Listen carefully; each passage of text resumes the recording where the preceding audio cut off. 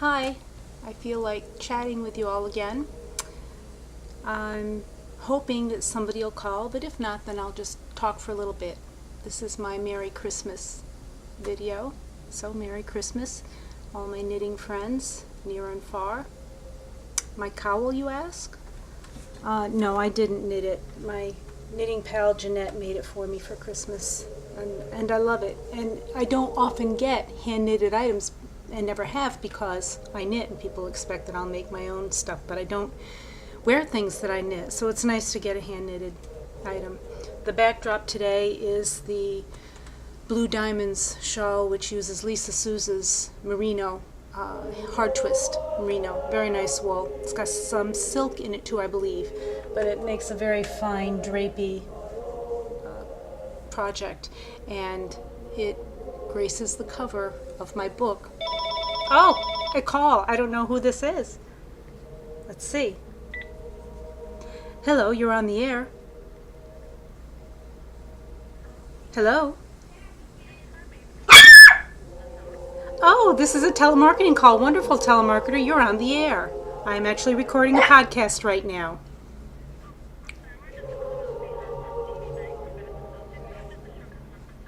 Oh, okay. All right. Do you knit? It's a knitting podcast. Okay. Well, thank you for calling. You are on the air. Okay. Bye-bye. Well, you can always count on the telemarketers. That's funny. That's funny. It was my bank asking about customer satisfaction. She couldn't hang up fast enough in case you couldn't tell. That's a good ploy. And my husband, who just left for the gym 5 minutes ago, is coming back in with packages from Amazon.com. Yay! I do love technology. I'm not such a fan of Christmas anymore, really. But it sure is easy when you can just call and, wow, he's really struggling, and the dog doesn't like that he's leaving, as you can hear. Anyway, so what's everybody doing this weekend? I designed a new pattern. Somebody had requested a headband, so I did it in the round on let me get it here, number 3 needle for the patterned part. This is my Argyle-ish pattern, and then for the back, and I just continued it in one piece, I did number 1 needle so that it would lie flat, and then I just sewed the edge together. This seems a little big to me, so I will, when I write it up, I will write it in different sizes, but you can wear it either way, the solid color out, and I think it's cute. It's very warm, 3 layers of wool. I don't wear hats, so I'm thinking maybe I can get away with a headband, and I'm not going to put it on now because I just got out of the shower, my hair's still wet, and I don't want to get hat head because I have all these important things to do tonight, like sit in front of the TV, and I want my hair to look good. You know how that is. So everybody's busy getting ready for the holidays, and everybody's knitting frantically, as am I. Shows and sales are all done for the year, so we can just relax now. I'm using the rest of the wool from this to actually knit a hat, an entire hat with this pattern, because I like Argyle-ish, and somebody had requested red and black. So I'll do that today, probably finish it tomorrow, and then I figure I'll work on some more headbands at my leisure. We don't have a formal Christmas here because the kids have to split up between the in-laws and their mother's family and us, so they're Christmased out. So I leave it to them. They'll come when they want to. And I'm even thinking of saving some trees this year. I don't know if it's old age. I like to... Oh, another call. I'll get back to that. Let's see. Okay. Hello, caller. You're on the air. Oh, just a second. I'm going to put you on speakerphone. I forgot to do that with the last caller. Just a second. Okay, go ahead. This is my regular anonymous caller, Ira, has a yarn joke. Are we ready? Okay. Go. You ready? Ready. All right. A piece of yarn walks into a bar and orders a beer. As yarn is wont to do. Snarls and says, "We don't serve your kind here," and he kicks the yarn out. So the yarn is sitting on the curb feeling sorry for himself, and the yarn is suddenly hit with a brilliant idea, right? Right. So working quickly, he ties himself into a knot and unravels his ends. Taking a deep breath, the yarn marches back into the bar and orders a beer. "Hey," says the bartender, "ain't you that piece of yarn I just threw out of here?" "Nope," replies the yarn. "I'm afraid not." Oh deep my knot. gosh. Oh my gosh. Ira, did you make that up? No, I read it on the internet. This- I was looking for a yarn joke for you. It's actually very cute. Right before you called, I thought it would be you, so I answered and said, hello, call, you're on the air, and it was a telemarketer. It was perfect, but I forgot to hit speakerphone, so when Okay, well, that's my call for the day. That's it? Thank you. Okay, bye. See ya. Bye-bye. Well, that was Ira, and that was a cute joke. If you missed it, the punchline was, I'm afraid not. Afraid not. Very cute. Ira's always good for a joke. And I forget where I was. I said I would get back to it, and beats me. Welcome to my world.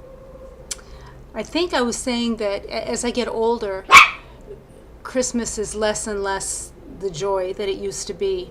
The kids now hand us complete lists, very detailed, of everything they want, right down to the website we can get it, the color, the flavor, the size, everything. And then we order it, it gets here, wrap it, give it to them, and no surprises. So I'm thinking, why don't we just, they have these, even down to stocking stuffers, what flavor chapstick they want. So I'm thinking, why don't we just write them a check and let them get their own stuff? But I do think that I did order the stuff, but I think that instead of wrapping it all and wasting all that paper and killing all those trees, I'm just going to give them the Amazon boxes, let them open and sort them out themselves. I'm really ecologically minded and lazy because wrapping all that stuff, besides wasting trees and paper and everything, would cut into my knitting time big time, and I don't even know when they're coming. So nobody eats meat, nobody eats sugar, nobody eats white flour. This one doesn't like tomatoes, that one doesn't like cheese, nobody likes shrimp except me. So cooking is kind of a problem too. William likes mincemeat pies, so I will bake a couple pies. And then I figure what I can do, this is a gift that they didn't think of, is I will bake him the pies in brand new pie dishes, and they can keep the pie dishes, match their kitchen. So that's something that I came up with, that they didn't have to spell out for me. I wouldn't dream of knitting them anything or buying them clothes, because at 26, 25, and 22, I'm going to pick out something farty, which is their word, which is probably true.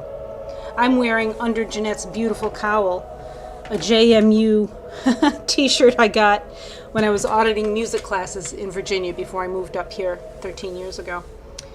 Time is flying by, and in 2005, after I graduated from college as a non-traditional student, got a late start, I was working for an attorney in town, and I was sitting at my desk, and I was on the verge of tears. And a psychologist who rented space upstairs in the offices came down for a cup of coffee, and she said, "What's wrong?" And I said, it's not the attorney I work for. I really loved her. She's an adorably nice woman. I really like her. I just hate this job. I am just not a person to sit in an office by myself and do paperwork and answer the phone all day. It was miserable. I cried every morning before I went to work. I just hated it. And she said, I think she was a teacher, a school teacher, and she said, I turned 50 and I realized this is not what I wanted to be doing. So then she went to school, got a degree, and became a therapist. And she said, I'm telling you right now that the next 20 years is going to fly by. Do what you want to do. And I really listened to her, and I gave my notice, and I started knitting. And where I thought I had learned Fair Isle in 2005 or 2006, I just found out it was 2009. So I've only been doing straining knitting for, math again, 4 years? 4 years. And doing patterns, writing up patterns for only 2. And I'm so glad I listened to her. Every time I see her, I thank her. And Wendy, my friend Wendy Preston, who introduced me to Fair Isle. They were life-changing moments, and I'm so thankful for them. I really, like anything else, nobody wants to do things under compulsion. So when I knit because I have to knit something, like deadline for a show or something, I still enjoy it because it's knitting, but it's measurably lower level of joy than when I can just let myself go.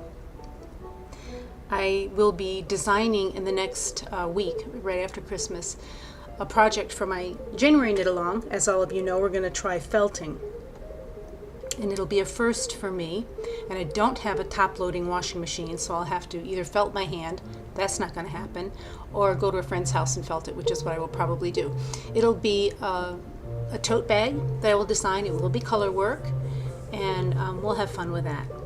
And then sometime during the year, we're going to do one of my sweaters. And I know not everybody will do a sweater. Not everybody wants to commit the amount of time or the great amount of yarn that a sweater takes to do it. But if I can get 4 or 5 people to test this for me, with me, then I'll start doing sweater patterns. I've done about all the accessories anybody can stand. All right, I sure wish I had put the telemarketer on speakerphone. That would have been a hoot. That really was cool. I was expecting it to be our regular anonymous caller, Ira. Well, I think I'll end this here. If I come up with something brilliant to say, or if somebody decides to call in, I'll turn the video back on and I'll add this to it. I so enjoy this, but I enjoy it so much more when I get to interact with all of you. Don't be afraid to call in. I'm fun. I'll chat your ear off if you're shy. But it'll be fun for you. Ask Susan. It's fun to hear your own voice on YouTube. It really is. All right, so I'm going to get this hot cowl off. Beautiful. Thank you, Jeanette. And go back and work on my hat. And besides, the Christmas music is getting hokey, funny. All right, going to listen to the news. Catch you later. Bye. I haven't done this in a week, and I don't remember where the off button is. I really don't.